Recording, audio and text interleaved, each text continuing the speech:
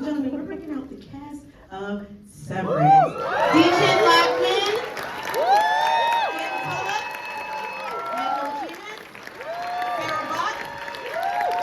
Christie,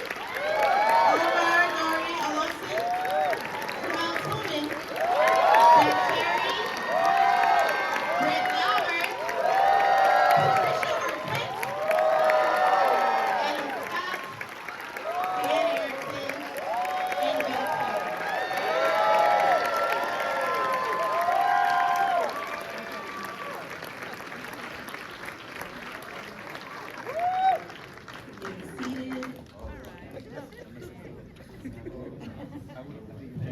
You're so vocal. Just a little seating confusion. I told the Audis about Sorry, guys. That was on purpose. Yeah. I quit. Choreography of interview. Hey, Ed. What's up, you guys? How are you? Thanks for doing this. Oh, anytime. I've been a fan of this show since day one, since first season, first episode. And I used my then Twitter account to tell the world about it. I wanted everyone to watch this show, so I'm really, really excited. We're gonna move this really fast, you guys, because we don't have that much time. I need to ask the pressing questions first. What are the goats? Well, it's a mammalian animal, bred for meat and... Tell me what the goats are about, though, for real. It's just us in this room. Well, we saw in this episode that there is a ceremonial sacrificial component to their existence, and I believe that it was said to guide a cherished woman to Kier's door. In terms of what that means, or if there are other applications for the goats, we're just gonna have to wait. We're gonna have to wait until season 3, which was just announced.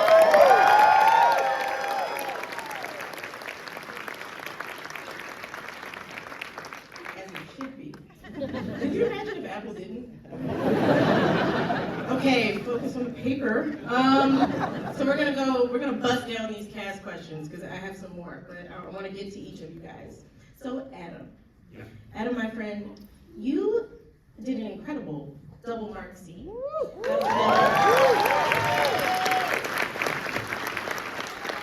played many fantastic characters in the past. Mark being really incredible. What was it like filming that scene? That was just a lot to even watch as a viewer. So what was it like to film it? Filming the mark-on-mark action. Yes.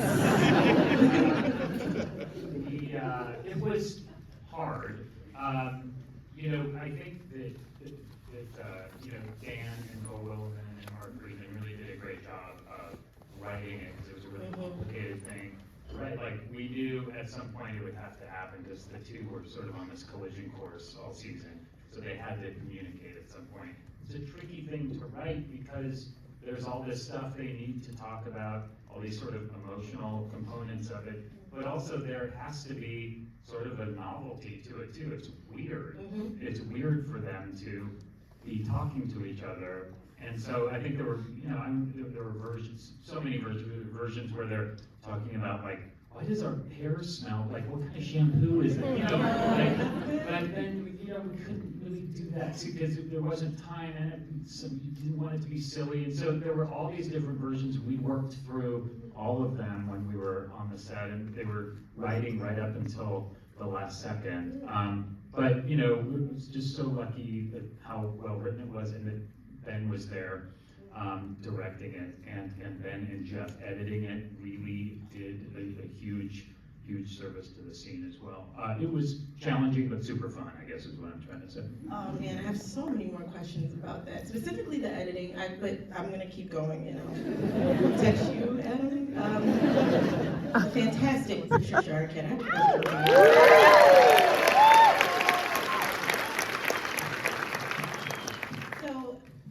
Harmony has a major reveal with episode 8, as we learn she's the genius behind Severance.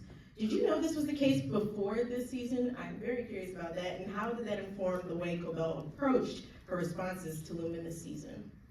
Well, very early on, at the very beginning of the first season, we had talked about her mom being poisoned, and the company town, and the ether, and the school she went to, and all these kinds of things. And the breathing tube and all of that, and that she was instrumental. I didn't know exactly all of the things. Having said that, you know, when she says everything, it's like, you're breaking up with somebody like, I did everything! Did you really do everything? There were other people also doing some of everything. Anyway, she did a lot. She did. That breathing tube scene was very special. Very, very good work. Okay. Britt, hey girl.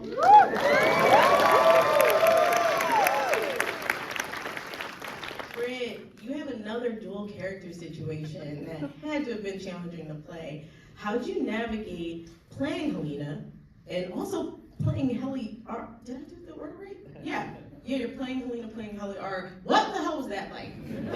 Yeah, that was a really wonderful 5D chess game that Dan gifted me. Thank you, Dan. You know, Helena is doing the job of what we do as actors in the first 4 episodes. She's trying to slip into the perspective of someone else. And what was really interesting to me about it was that she got to see how Mark and Irving and Dylan look and behave with Helly R. These connections that she didn't earn. And I think it really rattles her and changes the way she has been brought up in this high control company to think of the innies as subhuman. But it also opens up her own kind of understanding of herself. Yes, amazing character growth. That felt very rewarding after season 1. I just, yeah, keep going. So, Zach, my man, where are you? Hey, Zach.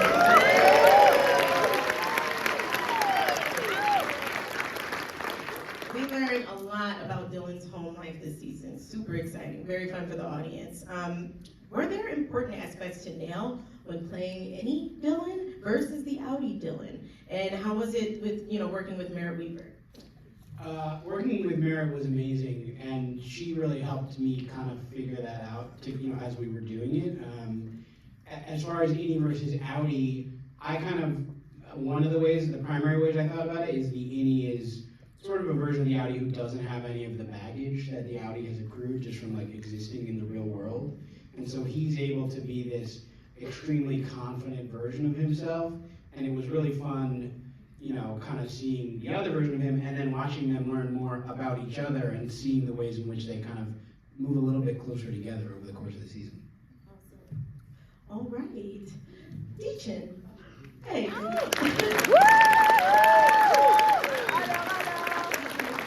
Dylan's reveal is one of the biggest surprises of the season.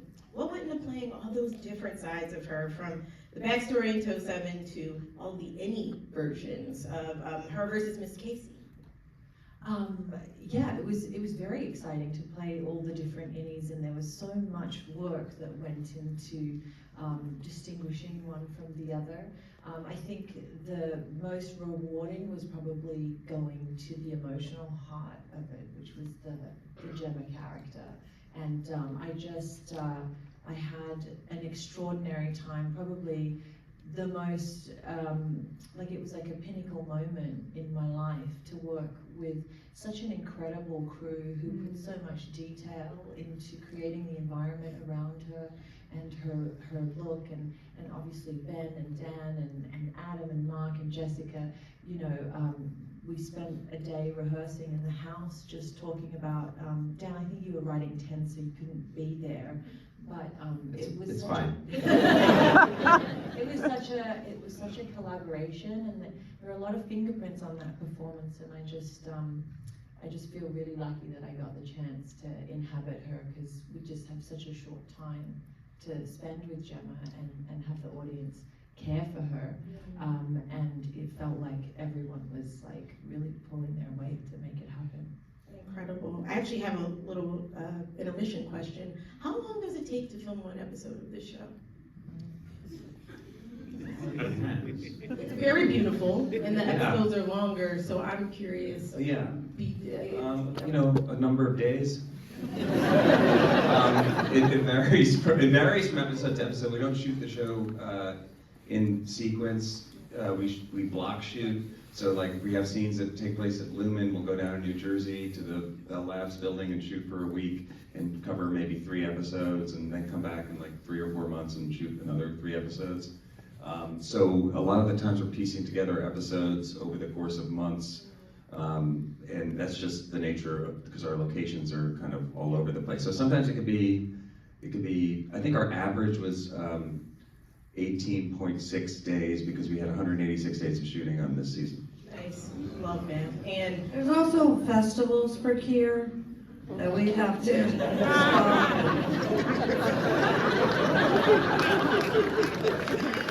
I also think Praise it's Kier. amazing that Jersey gets to say it's home to Lumen. I don't know if that's good or bad, but good for New Jersey.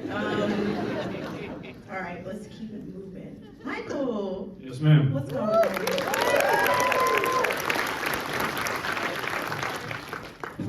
Not me.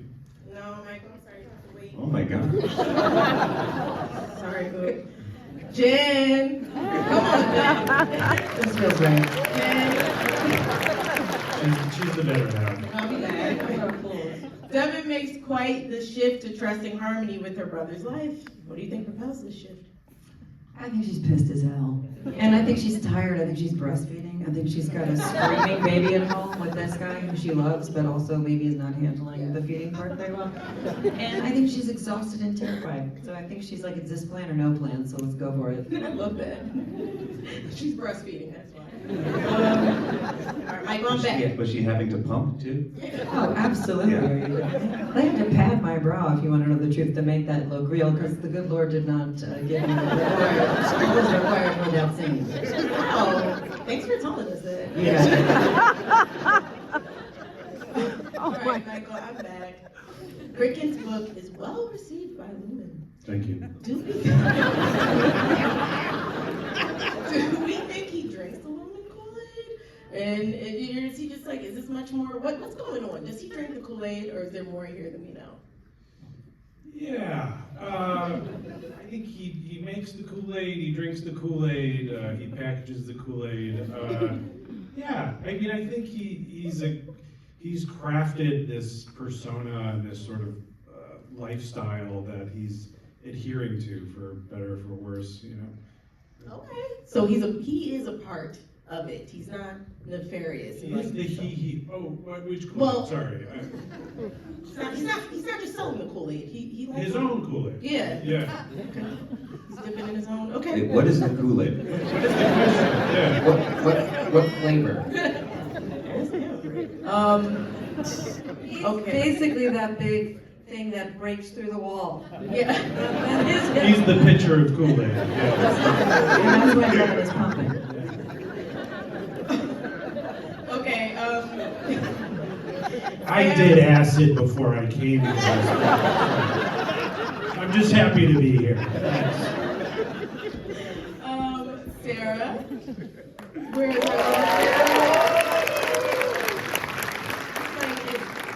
such a welcome character this season, which audiences find both comical and feel a sense of sadness for her situation. Do you think she knows that her situation isn't that of a normal kid's? Does she know that? Or to her, is this internship just considered appropriate, even coveted? Is she into it? What do you think? Yeah, I mean, I have to imagine she's grown up with this company since it's kind of her normal. And you kind of seem like she has a similar situation to Cobell. So, I mean, maybe it's not that abnormal for the people who are a part of this. But, I mean, it's definitely really sad to watch because she's not living a normal childhood at all. No, it's not. It's really depressing. Gwendoline. Very usually do. It's good writing. I want more from my girl. Gwendoline!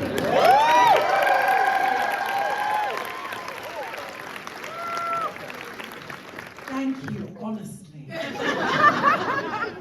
Lauren is certainly one of the most unique characters in Severance, which is saying a lot of unique characters here, with an interesting and intense dedication to her role. What was the most fun aspect of joining the cast and playing Lauren? So I've made absolutely no secret of the fact that I was a huge fan of the show in season 1, truly. And I really never imagined that I would end up in the show. I mean, I'm not sure, something in another dimension happened that caused this to occur. But I love that actually this is a role unlike one I've ever played before, of the intense pressure cooker-like nature of being forced to operate in a corporate environment. And anyone that knows me knows that I'm really ill-suited to operating within any kind of parameters at all. And I love that I was, can I say this word? Kicking ass again? I didn't think I liked him anymore, but I do. Love to see you do it. It's very welcome. You can do it forever. I always like it. Okay, Oliver. How are you, sir? Thank you for not moving. Mr. Drummond is very protective of the family and Lumen. And Lumen. Do you think Mr. Drummond really believes in what is being done at Lumen, or is he just as in the dark as everyone else? I think Mr. Drummond is one of the very dangerous people that we have seen throughout history that enforce tyranny and all kinds of stuff that goes on and has gone on throughout history. So I don't think he spends much time thinking about the mission. He's just acting upon the orders he's given and doing that. Kind of the only thing that I find sad about him being gone is that he and Helena obviously liked each other and saw she could seek something from him, some kind of humanity, and I really, really enjoyed playing that part of the character.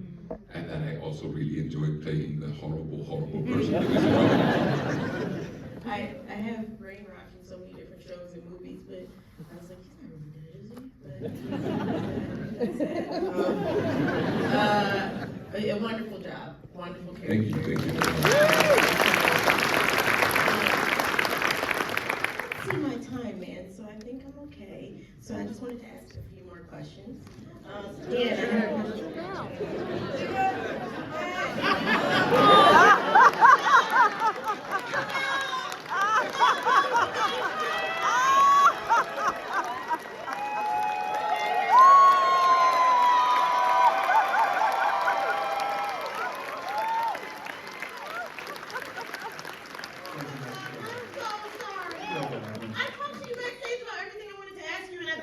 That I have to ask him on stage.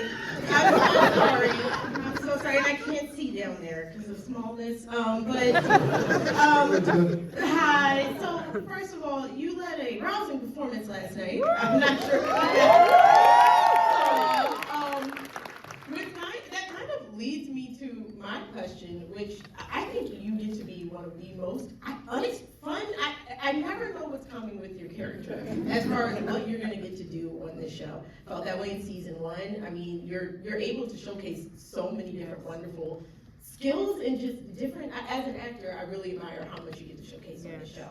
So I'm just curious about what it's like. Do you know before you get a script what they're going to have you doing? Did you know? They tell me on the day. No.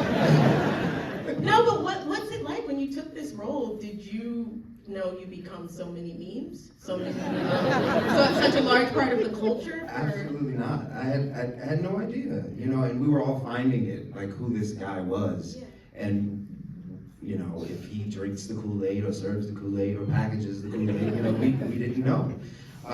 Or if he was the Kool-Aid. But, so it was just so fun to really find and explore how Milchick has just evolved from season 1 to season 2. He goes from serving as Cobell's second to now running the show. And I'm just curious, and it's a very behind the process thing, but season 1, did you know that this is where he would be going, to this place of now running things? No. No clue. Was there any adjustment there for you to be like, okay, I have to, he's a little bit more of a clearer bad guy now? There was a moment of celebration. So finally, it's Milchick's turn. Yeah. Love that.